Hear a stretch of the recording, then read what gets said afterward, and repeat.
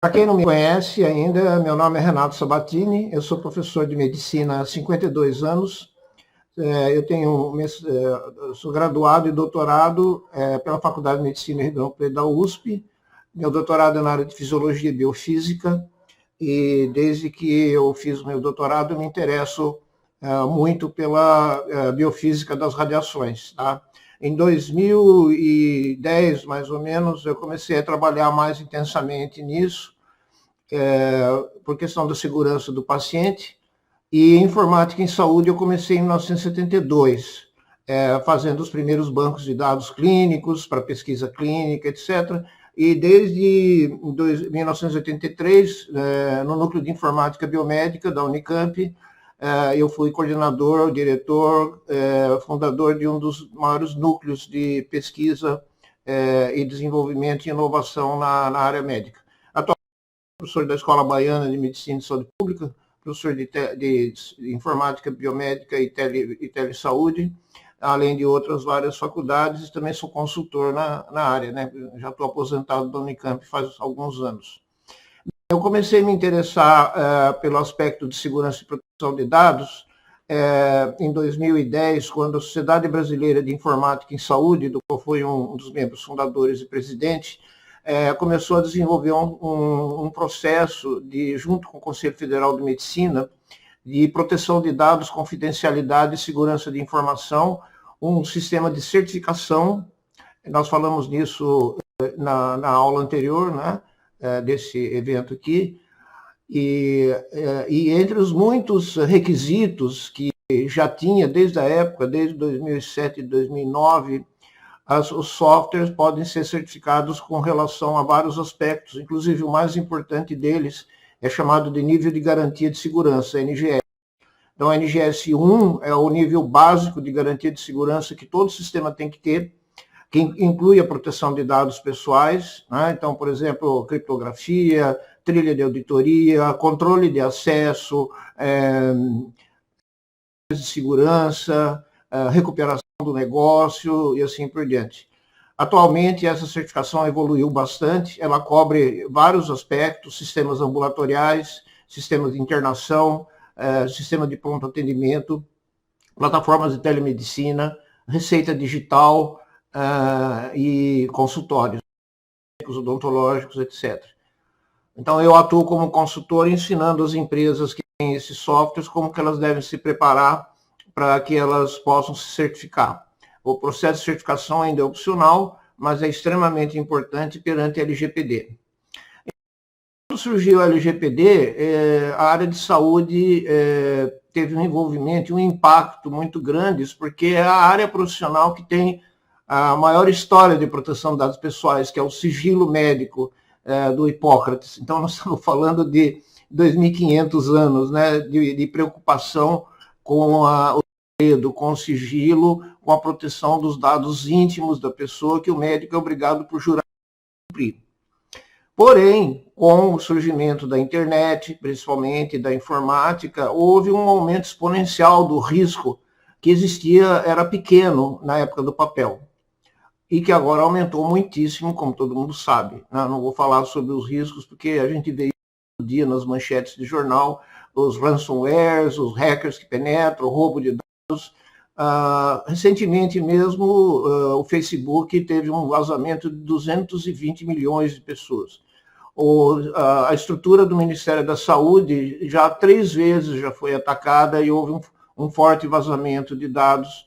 Então, nós como pacientes ou nós como pessoas físicas estamos sempre expostos aos riscos e às consequências que essa exposição de dados pessoais causa. Então, a Lei Geral de Proteção de Dados, ela é uma lei muito boa, é uma lei moderna, é uma lei que tem como objetivo proteger a individualidade, proteger os dados que pertencem pela Constituição Federal ao titular dos dados, né? No nosso caso, não é só o paciente, principalmente é o paciente, mas também os próprios dados dos profissionais também têm que ser protegidos. Então, aqui nós estamos falando de algo que abrange praticamente todas as pessoas físicas e também as pessoas jurídicas, nos quais essas pessoas físicas trabalham e têm os seus dados preservados por algum motivo.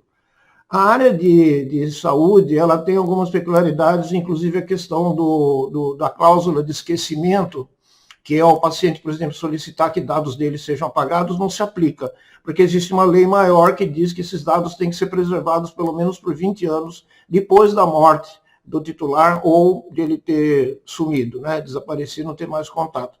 Então, ele, em virtude desses dados serem usados para a saúde do paciente, para o atendimento, eles não podem ser apagados. Então, eles são igual, por exemplo, a um registro criminal, né, na justiça, não pode ser apagado. Essa lei, ela foi feita, o de esquecimento, foi feita para o Facebook, foi feita para o Google, né, para a Amazon, que aí não tem sentido mesmo no comércio eletrônico e nos sistemas de busca de redes sociais, você não ter esse direito. Mas a LGPD, ela acabou impactando diretamente demais a área de saúde. E é extremamente preocupante que a ignorância e falta dos profissionais e das instituições de saúde sobre a LGPD está causando e vai causar muitos problemas ainda, né? Eu sou auditor líder de ISO 27001, que é a norma que regulamenta a gestão do sistema de segurança de informação pela ABNT. Eu sou colaborador da ABNT já há vários anos, onde a gente tem uma comissão de estudos especiais em informática e saúde, e o GT4, o Grupo de Trabalho 4, é sobre segurança da informação e segurança do paciente, uma vez que as duas estão correlacionadas, não é mesmo? Em inglês, security é segurança da informação e safety, estar a salvo de, é a segurança do paciente. Infelizmente, essas duas palavras que são conceitos diferentes, um pouquinho diferentes, né? Um influenciando o outro, tem a mesma tradução. Então, nosso grupo é segurança de informação e segurança do paciente, onde a gente traduz e publica ou desenvolve várias normas nessa área. Por exemplo, a norma 27799, uma norma ISO, que já é BR também, já é brasileira, fui eu que traduzi essa norma, ela é segurança da informação na área de saúde. Então, ela tem um checklist muito interessante, que as instituições, ou os consultores, os auditores internos e externos podem usar para verificar se aquela instituição, o software, os contratos, políticas de segurança, recuperação de negócios, etc. São 12 áreas que são cobertas pela ISO 27799 e ela cobre praticamente 90% da LGPD. Tá? Então, uma instituição que seja certificada pela ISO 27001/27799, ela está razoavelmente protegida, e se acontecer algum incidente, que não existe proteção 100%, na verdade, os hackers estão sempre evoluindo, né? A culpa, a responsabilidade não é da empresa se ela demonstrar que ela fez um esforço de boa-fé, ou o esforço máximo possível. Por isso que a certificação é tão importante. Você vai demonstrar para o juiz, você vai demonstrar para a NPD que você envidou todos os esforços garantidos pela BNT e pela ISO de proteção de dados. Inclusive, já existe uma norma só para proteção de dados, tá? Que a BNT também já traduziu, e que vai ser a base da certificação de proteção de dados, além daquela proteção de segurança de informação que a ISO 27001 e a ISO 27799 garantem para a área de saúde. Bom, dito isso, quais são os impactos da LGPD na área de saúde? Como eu disse, a maior parte dos profissionais de saúde e das instituições, até os gestores, ainda não se mobilizaram adequadamente. Nós estamos falando aqui hoje em abril de 2021, quando a lei já está válida desde 2018, e ela foi regulamentada e publicada em setembro de 2020. E as punições começam em agosto de 2021. Eu fiz recentemente uma enquete com 40 gestores de saúde pública, num curso de pós-graduação que eu sou professor, e fiquei atônito em ver que 81% desses gestores, alguns em alto nível, alguns diretores de hospital, eles ou não sabiam o que é LGPD, tá? Ou tinham uma vaga ideia, 81%, né? Meses depois da validade da lei. Ou eles estão vivendo alguma caverna, em algum buraco de nunca ter ouvido falar, ou então estão ignorando, né? Dando uma de avestruz, enfiando a cabeça no chão e fazendo de conta que não é com eles. Mas é com eles, porque é uma lei muito rigorosa, tem muitas punições sérias, e a principal dela não é nem monetária, né? Não é a multa. Né? Isso é dinheiro. Se puder pagar a multa, você paga. Não, a lei prevê o bloqueio do banco de dados e o bloqueio, a proibição das atividades baseadas em sistemas, qualquer um, papel, não papel, filme, eletrônico, enquanto não for resolvido a questão da responsabilidade. Isso pode demorar na nossa justiça, vocês imaginam quanto, né? 6 meses parado, vocês imaginaram? Um hospital, um plano de saúde, por causa de um acidente, um incidente que for denunciado e tem que se delimitar qual que é a culpa. As instituições de saúde, os profissionais, né, que vale desde o simples consultório com médico só, até um hospital com 10 mil funcionários, como o meu hospital da Unicamp, por exemplo, está sujeito a obedecer a LGPD. Tá? Todos os seus dispositivos. Isso implica. Não é quando vai acontecer, porque é 100% certeza que vai acontecer. Hoje, nos Estados Unidos, 80% dos hospitais já foram atingidos por ransomware ou outros problemas de incidente de segurança com perda, vazamento de dados. Né? E os grandes vazamentos de dados estão sendo possíveis pelo fato da internet ter bancos de dados gigantescos, com milhões de dados das pessoas, né? Inclusive na área de saúde pública, como o DataSUS, torna especialmente um alto risco para que violações desse tipo levem a consequências extremamente danosas para o indivíduo e para a sociedade, que são sujeitos a processos com indenizações. Então, pode se preparar, porque nos Estados Unidos tem uma lei para a área de saúde específica, chama HIPAA, HIPAA, que é Health Information Protection Accountability, Portability Accountability Act, que é mais rigorosa ainda que a LGPD, e tem casos que o plano de saúde, por exemplo, recebeu uma multa de 175 milhões de dólares, por causa de uma violação de 20 milhões de usuários, né, que foram violados. Então, e além disso, entra numa lista negra, que é publicada pelo Office of Civil Rights, o escritório de direitos civis no Ministério da Saúde. Ou seja, isso tem que ser levado seriamente, gente. Tem que haver punições severas para criar casos em que as pessoas começam a respeitar. Sabe? Porque atualmente, do jeito que está, né, é muito pouca procura e geralmente só se preocupa com os aspectos jurídicos. Então chama o advogado, como a Nicole, vê, examina, faz um monte de coisa preconizado pela LGPD, e muitas vezes recebem um laudo que estão protegidos, mas não estão. Tá? Porque uma parte da solução é o software.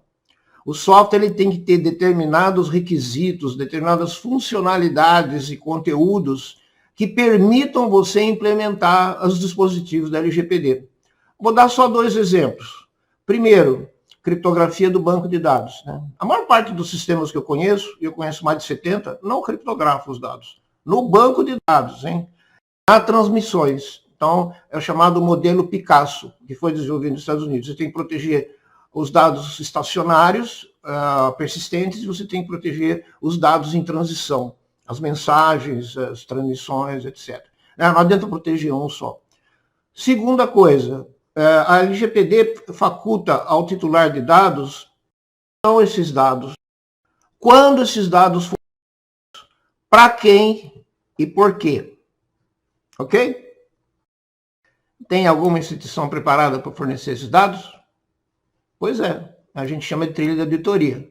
E tem 2 trilhas de auditoria. Tem a auditoria, o log do sistema, que não identifica quais foram, não mostra quais foram os dados que foram violados, né, com relação à proteção, mas mostra tudo isso que eu falei. De qual terminal, quem foi que usou, quando foi que usou, se apagou, se não apagou, se entrou novos dados, se modificou os dados.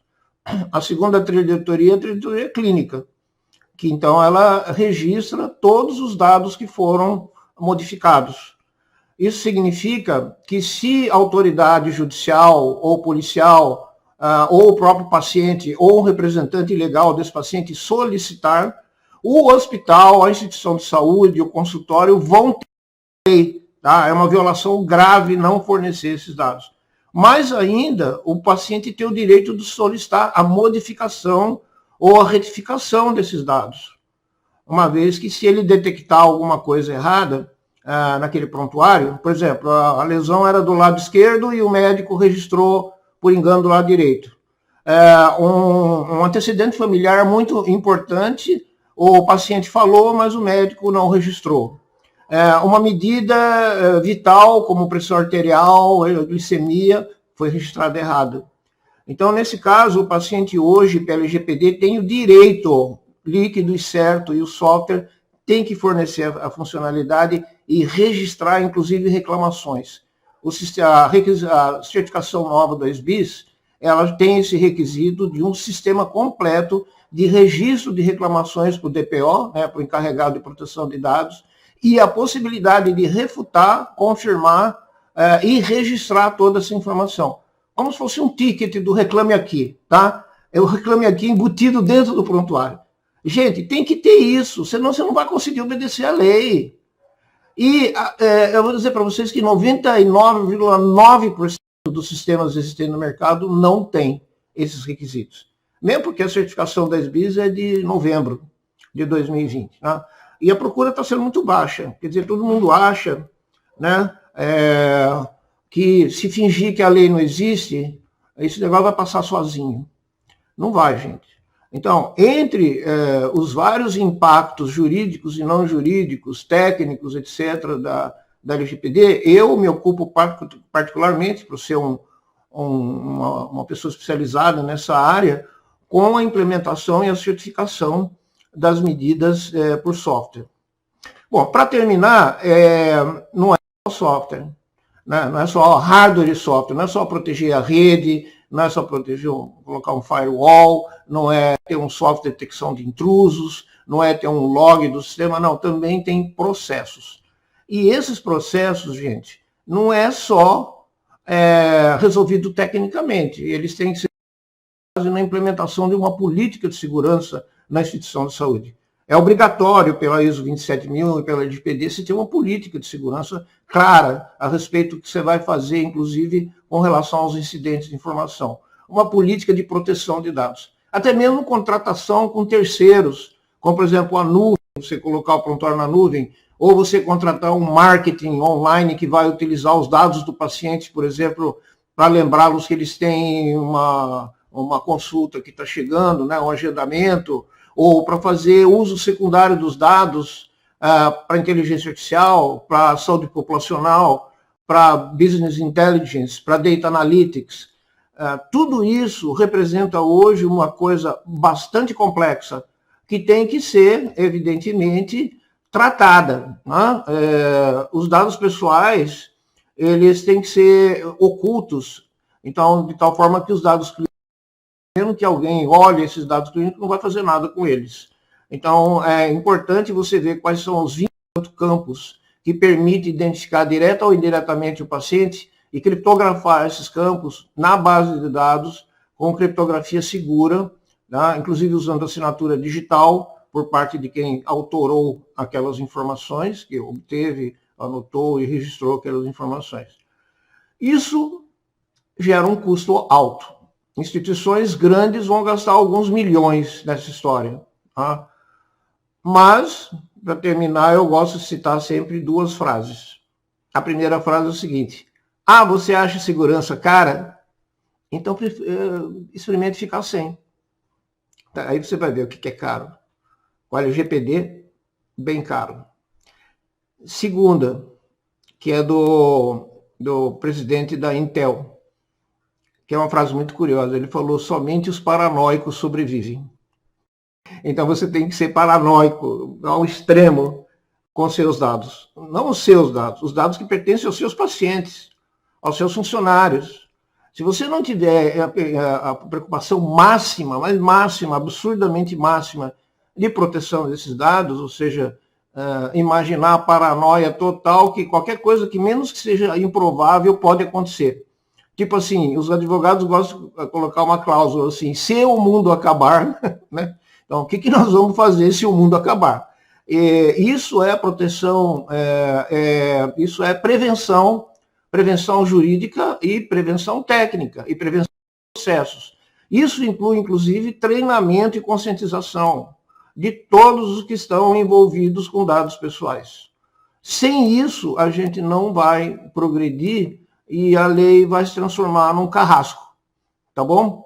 É isso que eu queria falar sobre LGPD, baseado na minha extensa experiência de proteção de dados e segurança de informação, e como um observador que está muito, muito preocupado com a situação que nós estamos vivendo na área da saúde. Não é só a legislação, não é só os nossos queridos deputados e senadores passarem leis, se essa lei não for incorporada às práticas da sociedade.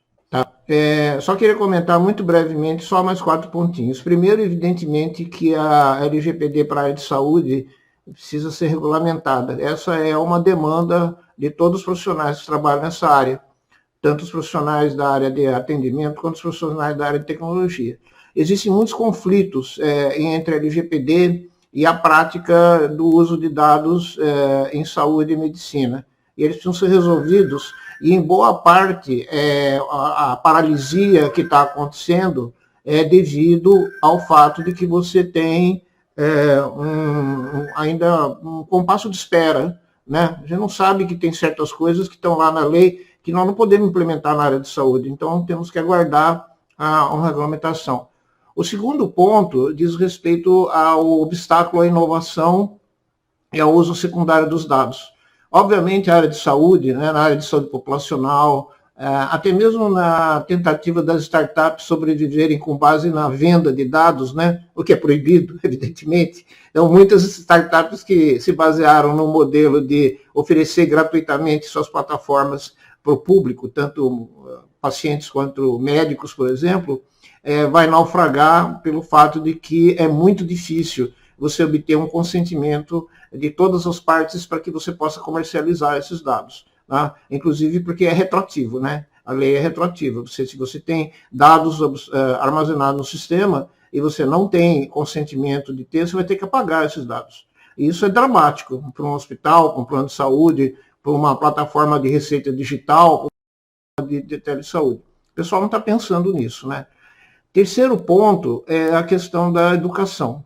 Bom, eu sou um profissional de educação, então quando eu vejo alguém ignorante a respeito de alguma coisa que não sabe, eu não desprezo, ao contrário, os meus instintos professoriais são ativados e eu procuro ensinar alguma coisa. Então nós temos aí um longo caminho de gestão de mudança, de gestão de cultura de adoção, nessa área que sempre foi desprezada até um certo momento. Né? Muitos médicos, por exemplo, acham que eles são os donos dos dados. Até hoje, não são. É o titular dos dados que é dono dos dados. Eles são apenas meros guardiões.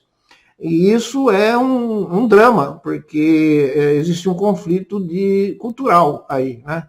Então, nós temos que fazer um grande esforço. Eu tenho feito isso sistematicamente. Vocês sabem que eu fui o criador, diretor de educação da SBIS em 2011, 2010, depois diretor de educação do Instituto HL7, que é o Instituto de Interoperabilidade, em 2011, e também diretor de educação agora da Associação Brasileira de CIOs em Saúde. Tá? Então, todas essas organizações, e mais a BSS, né, que é a Associação Brasileira de Startups em Saúde, ficam muitas vezes muito preocupadas com o fato de que, se você for precisar dos dados para inteligência artificial, né, para apoio à decisão, se você for precisar dos dados para fazer saúde populacional, como é que fica a LGPD nesse caso? Posso ou não posso usar? Como que eu coloco isso no termo de consentimento? O termo de consentimento é uma vez só, e é et orbi, né, como a gente diz, quer dizer, para a cidade e para o mundo, vale para todos os profissionais de saúde que estão atendendo o paciente, mesmo que eles não sejam nomeados diretamente. E várias questões desse tipo ainda exigem um esforço de conscientização e educação que está dependendo da regulamentação. Nós estamos aí um pouco dependentes de como que vai evoluir isso. Por isso que é muito importante na ANPD existir representante da sociedade civil, como da SBIS, para que faça valer as nossas ideias e as nossas particularidades. Então, com relação à inovação, tem muita gente de startup que está dizendo que a LGPD é um bloqueio, é um obstáculo à inovação. Muitas das coisas que eles querem fazer se tornam impossíveis, ou muito caras, ou muito difíceis, por causa da lei, né? Coisas da vida, meus queridos. Vocês precisam certificar os seus sistemas, todo mundo tem que obedecer à lei, e vocês têm que dar um jeito. Algumas coisas não vão ser possíveis, outras vão ser possíveis. Não é um obstáculo à inovação, ao contrário, é um estímulo à inovação. Comecem a colocar suas cabecinhas juntos para como vocês vão resolver seus modelos de negócio e suas propostas tecnológicas e suas plataformas, levando em consideração que a LGPD está aí e ela tem que ser obedecida. Não deem uma de avestruz, tipo, esconder a cabeça debaixo da terra esperando que isso vai passar, que isso aí não vai colar, né? Aquela lei que não pega. Não é bem o caso, porque a sociedade está exigindo a proteção dos dados. E a LGPD é a melhor resposta para isso. Tá bom? Muito obrigado por todas as menções que fizeram meu nome aqui. Eu fico à disposição. Eu tenho na Medium, eu tenho uma revista online de segurança da informação e saúde, com muitos artigos, tem uns 12, 13 artigos da minha lavra. Eu tenho dois cursos, um de segurança de informação e proteção de dados para os profissionais de saúde, que é meu público predileto, né? Minha vítima predileta, e também para o pessoal de TI, que precisam aprender os aspectos técnicos e até de certificação. Tá bom? Então, esse esforço, junto com a BNT, com a Sociedade Brasileira de Informática e Saúde, com a HL7, com a BSS, com o pessoal da área de farmacêutica, Conselho Federal de Medicina, a Associação Brasileira de Telemedicina e Telesaúde, são coisas que vão ter que evoluir até agosto para evitar catástrofes maiores, tá bom? Muito obrigado mais uma vez pela atenção e espero poder contribuir mais no futuro.